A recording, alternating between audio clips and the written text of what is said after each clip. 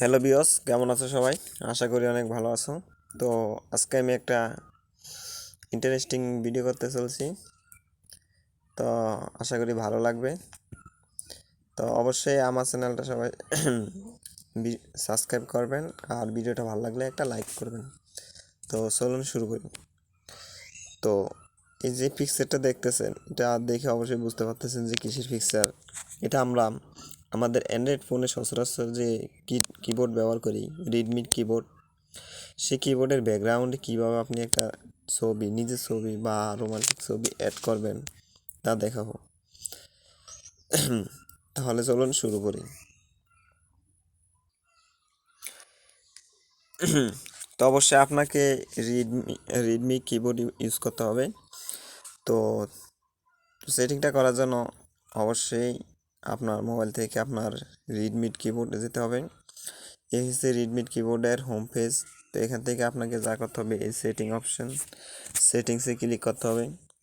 সেটিংসে ক্লিক করার পর প্রথম যে অপশানটা আছে থিম, এখানে আছে এডিমিরাল বাঙ্ক।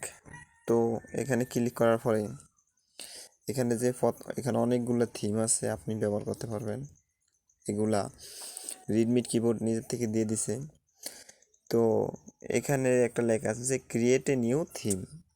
তো এখানে ক্লিক করলাম। ওকে, ক্লিক করার পর দেখেন এখানে অনেকগুলো অপশান আছে, ব্যাকগ্রাউন্ড, সাজেস্ট বার, ব্রাইটনেস।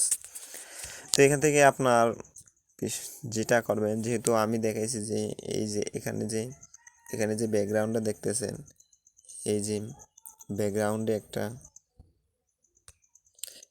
একটা ছবি দেখতে পাচ্ছেন, এই যে ব্যাকগ্রাউন্ডে। তো এরকম ছবিটা কীভাবে আপনি অ্যাড করবেন, তো তাই দেখাচ্ছি। তো তার জন্য কী করতে হবে, প্রথমত কাস্টম থিমে আসার পরে এখানে যে ব্যাকগ্রাউন্ডে ক্লিক করবেন। করার পরে এখানে যে চয়েস ইমেজ দেখতেছেন, চয়েস ইমেজে ক্লিক করবেন। করার পর আপনি আপনার এই যে এখান থেকে জাস্ট ফাইলে ক্লিক করে অথবা ফটোতে ক্লিক করে যে কোনো এক জায়গা থেকে একটা ফটো নিয়ে আসবেন। তো আমি ফটোটা নিয়ে আসতেছি। হ্যালো বিয়স, তো আমি যে আমার এখানে একটা ফোল্ডার আছে, এখান থেকে আমি ধরেন এই পিকচারটা নিব। ওকে, তো এখান থেকে আমি জাস্ট পিকচারটাতে একটা ক্লিক করে দেওয়ার পরে এখানে কোনায় দেখতেছেন যে সিলেক্ট। তো সিলেক্টে ক্লিক করবেন। করার পরে দেখেন ছবিটা আইসা পড়ছে। এখানে একটা ফ্রেম দিয়ে দিছে, যে এই সাদা যেটা দেখতেছেন এটা একটা ফ্রেম। তো এই ফ্রেমটা যতটুকু আপনার ছবিটাও সেম ততটুকু দিতে পারবেন। তো এতটুকু আমার ফ্রেমটা সর্বোচ্চ ব্যবহার করা যাবে। তো এখান থেকে আমার ফ্রেমটা দেওয়া হয়ে গেছে। তারপরে কি করবেন, এখানে কোনায় যে আছে ক্রপ অপশানে একটা ক্লিক করে দিবেন। ওকে, দেখুন আপনার কিবোর্ডের ব্যাকগ্রাউন্ডে একটা পিকচার চলে আসছে। তো এখন আপনাকে কি করবেন, এখন দ্বিতীয় অপশান যে এখানে আছে কিয়েতে ক্লিক করবেন। করার পরে এখানে তিনটা অপশান আছে, যে ব্যাকগ্রাউন্ড, টেক্সট কালার, এসে হিন্ট কালার হচ্ছে আপনার ওই যে লুকানো যে ওয়ার্ডগুলো থাকে সেগুলো আজকে আমি আস্তে আস্তে দেখাচ্ছি। তো এখান থেকে আপনি প্রথমত যাবেন যে এই যে ব্যাকগ্রাউন্ড, ঠিক আছে, এই যে ব্যাকগ্রাউন্ডে যাবেন। ব্যাকগ্রাউন্ড মানে আমরা এই যে আমাদের ওয়ার্ডগুলার পিছনে যে লাল লেখাগুলো আছে, এই লাল লেখাগুলো, তো লাল লেখাগুলো কালো লেখাগুলো কীভাবে আমি হোয়াইট করব। তো এখান থেকে দেখছেন এই যে কালার মিক্সারটা, তো এখানে আপনি জাস্ট একটা হোয়াইট কালারে ক্লিক করে দিবেন। ওকে, আমি ক্লিক করে দিলাম। দেওয়ার পরে এখান থেকে আপনার এই যে যে উপরের লাইনটা দেখতেছেন, এখান থেকে আপনি এটার রেশিওটা কমিয়ে দিবেন। ওকে, কমে দেওয়ার পরে এখান থেকে আবার একটা কালার সিলেক্ট করে দিবেন। ঠিক আছে, দেখেন আমি একটা কালার সিলেক্ট করে দিছি। আপনার মন মতো আপনি একটা কালার সিলেক্ট করে দিবেন। তো আমি একটু কালারটা বাড়িয়ে দিচ্ছি। ঠিক আছে, এটা দিলাম। ওকে, তো আমার কালারগুলো দেখেছে। এখন আমার জাস্ট এখানে নিচে লেখা আছে যে সেভ অ্যান্ড অ্যাপ্লাই। তো এখানে আমি একটা ক্লিক করে দেব, সেভ অ্যান্ড অ্যাপ্লাই। তো আমার পিকচারটা আর টেক্সটের ব্যাকগ্রাউন্ড কালারটা সেট হয়ে গেছে।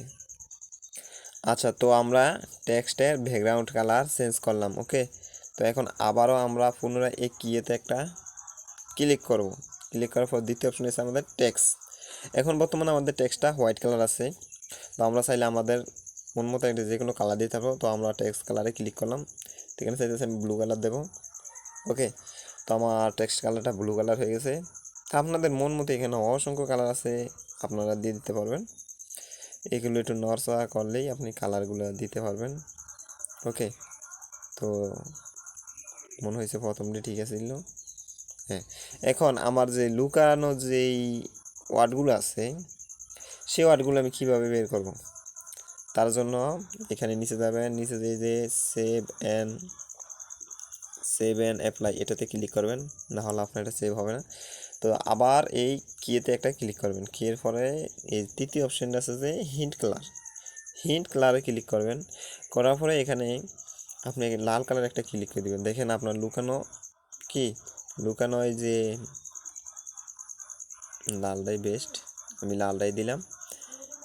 তো এখান থেকে আপনি লাল কালারটা সিলেক্ট করে দেখেন আমার যে লুকানো ওয়ার্ডগুলো আছে সেগুলো দেখাচ্ছে। তো এখান থেকে পুনরায় সেভ অ্যান্ড অ্যাপ্লাই। তো আশা করি বুঝতে পারছেন আপনার এই থিমটা কীভাবে ক্রিয়েট করবেন।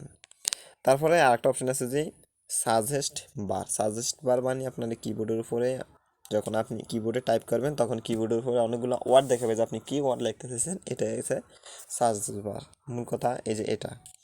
তো সাজেস্ট বারটার কালার আপনি চেঞ্জ করতে পারবেন। ওকে, তো এখানে ব্যাকগ্রাউন্ড আছে, টেক্সট কালার আছে। তো ব্যাকগ্রাউন্ডটা আপনি আপনার এই যে কিবোর্ডের এতক্ষণ যে কালার দিয়েছেন এই কালার অনুসারে একটা দিয়ে দিতে পারেন। আমি এটা দিয়ে দিলাম। ওকে, তো সেভ অ্যাজ অ্যাপ্লাই। আশা করি হয়ে গেছে।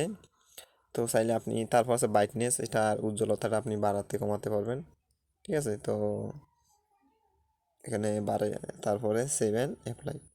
ওকে, তো আমার কাজ শেষ। এখন আমরা দেখবো যে আমাদের এটা ঠিকভাবে কাজ করতেছে কি না। তো আমরা এখান থেকে ব্যাগে ক্লিক করে বের হয়ে গেলাম। তো আমরা এখন গুগলে গেলাম।